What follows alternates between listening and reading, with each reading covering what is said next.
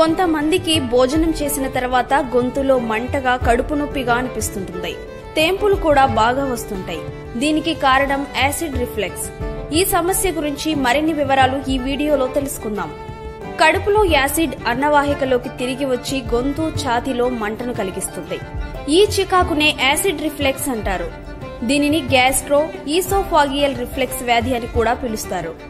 జీవన శైలిలో మార్పులు, చెడు ఆహార అలవాట్లు, మసాలాలు, కారం ఎక్కువగా తీసుకోవడం వంటి కారణాల వల్ల ఈ సమస్య ఎదురవుతుంది.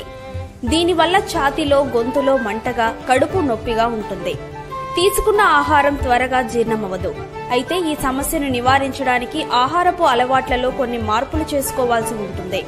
మనం తీసుకున్న ఆహారం జీర్ణం అయ్యేందుకు ఫైబర్ చాలా అవసరం. తగినంత ఫైబర్ తీసుకుంటే అధిక బరువు, కడుపులో గ్యాస్, మలబద్ధకం వంటి సమస్యలు దూరం అవుతాయి.